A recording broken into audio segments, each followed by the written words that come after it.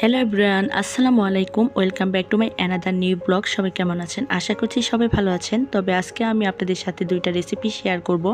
কলার মোচার দুর্দান্ত এই রেসিপিটি আপনারা দেখলে অবশ্যই আপনাদের অনেক বেশি ভালো লাগবে।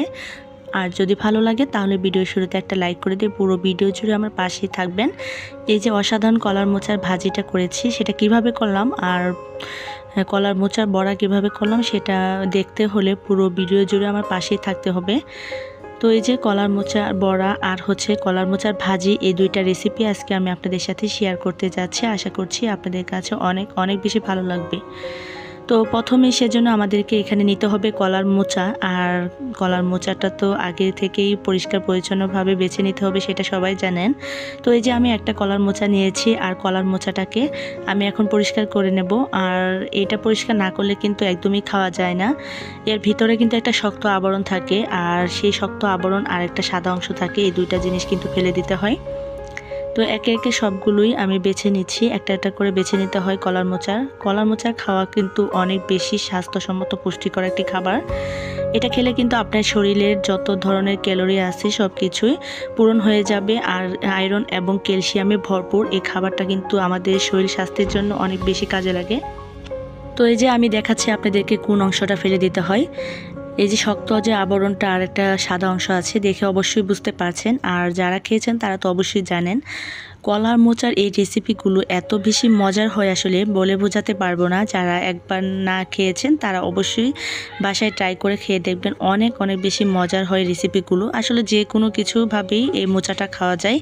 আপনারা চাইলে কিন্তু এটা নিরামিষও রান্না করতে পারেন, ভাজি, বড়া কিংবা শুটকি দিয়ে রান্না করলেও অসাধারণ লাগে, যেটা আসলে মুখে লেগে থাকার মতো। আর এই যে দেখতে পাচ্ছেন আমি কলার মোচার সেই শক্ত আবরণগুলো ফেলে দেওয়ার পর আমি এখন কুচি করে কেটে নিয়েছি। তো আপনারা চাইলে এগুলোকে আস্ত ভেজে নিতে পারবেন, তবে আমি কুচি করে ভেজে নিয়েছি। তো এইভাবে ভাজলে কিংবা বড়া বানালে খেতে অনেক বেশি ভালো লাগে। তো পরিষ্কার পানি দিয়ে আমি এখন ধুয়ে নিলাম। আর এ পর্যায়ে আমি একটু হলুদ পানি দিয়ে এটাকে ধুয়ে পরিষ্কার করে নেব। এতে করে আপনার কলার মোচার যে কালচে ভাবটা সেটা দূর হয়ে যাবে। তো এই যে পানিতে ভিজিয়ে আমি খুব সুন্দর করে ধুয়ে হলুদ পানি থেকে ধুয়ে তুলে নিচ্ছি। তো বেশ কিছুক্ষণ একটু উলটপালট করে নিয়ে যদি এটাকে উঠিয়ে নেওয়া যায় তাহলে কিন্তু আর কোনো কষ থাকবে না, কষটা দূর হয়ে যাবে। সেজন্য হলুদ পানি দেওয়া। আর হলুদ পানিতে আমি আবারও দিয়ে দিচ্ছি, এটাকে এখন ভাবিয়ে নেব।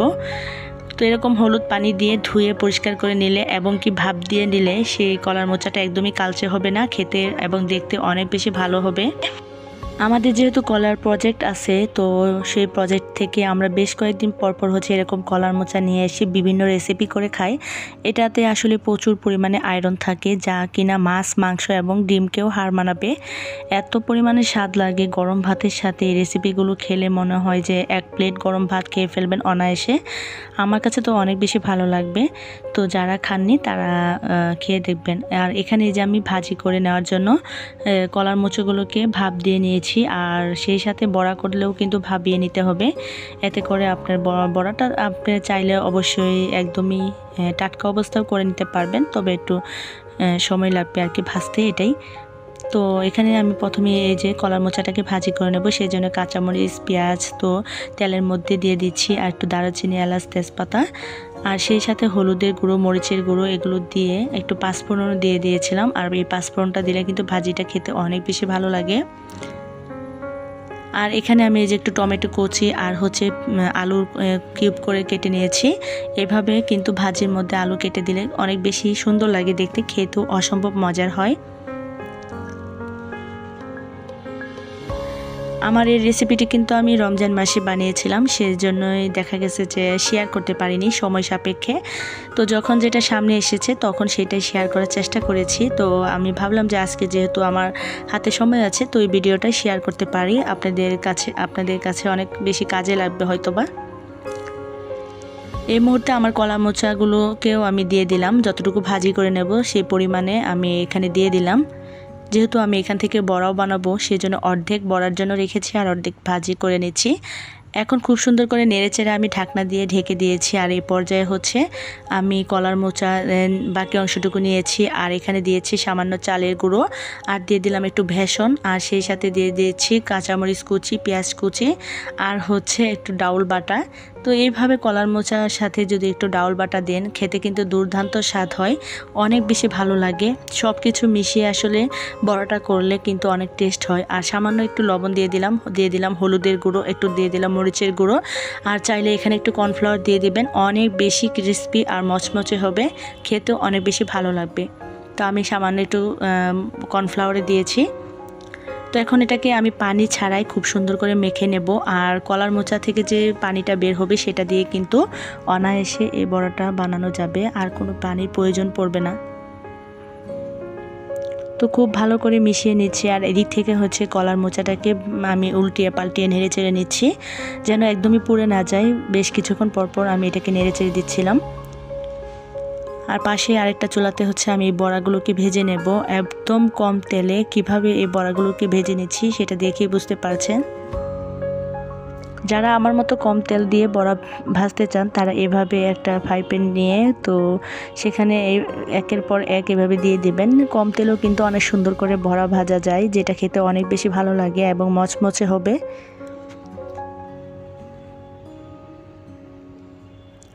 তো দেওয়ার সাথে সাথে বড়াগুলো এভাবে উল্টিয়ে দিচ্ছি, দেখতে পাচ্ছেন খুব সুন্দর লালচে হচ্ছে।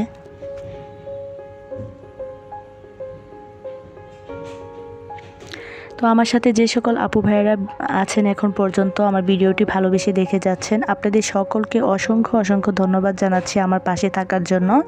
আর যারা একদমই নতুন আমার চ্যানেলটিকে ভিজিট করছেন, একটা লাইক এবং কি সাবস্ক্রাইব করে দিয়ে পুরো ভিডিও জুড়ে আমার পাশে থাকবেন, আর পাশে থাকা বেল বাটনটি ক্লিক করে দিবেন। এতে করে আমার দেওয়া ভিডিও আপনাদের কাছে খুব সহজে পৌঁছে যাবে। তো এই যে আমার বড়াগুলো ভাজতেছি, এদিক থেকে হচ্ছে আমার এই রেসিপিটা হয়ে গেছে অলরেডি। খুব বেশি কিছু লাগে না, অল্প কিছু উপকরণ দিয়ে কিন্তু এই ভাজিটা করে নেওয়া যায়। আর কত সুন্দর একটা কালার চলে এসেছে দেখতে পাচ্ছেন। তো অনেক মজা হয়েছিল, আর মানে দুর্দান্ত স্বাদের। আসলে এই রেসিপিটা আপনারা বাসায় না ট্রাই করলে বুঝতে পারবেন না যে স্বাদ কতটা দ্বিগুণ। তো মাশাল্লাহ অনেক বেশি মজা হয়েছিল, আর খুব সুন্দর একটা কালার চলে আসে, দেখেই বুঝতে পারছেন অনেক লোভনীয় একটা কালার। বয়স দেওয়ার সময় আমার এখনও মনে হচ্ছে যে আবারও সেই রেসিপিটা করে খাই, তবে একটু সময় সাপেক্ষে দরকার আর কি। আবারও নিয়ে আসতে হবে, তারপর হচ্ছে এই রেসিপিটা আবারও তৈরি করে খাবো। আমার তো মানে অনেক বেশি মিস করি। তো আজকে ভিডিওটা এই পর্যন্তই। তো এই যে ইফতারের আয়োজনে সব কিছু রেখেছিলাম। তো আজ এই পর্যন্তই। সবাই ভালো থাকবেন, সুস্থ থাকবেন। আল্লাহ হাফেজ।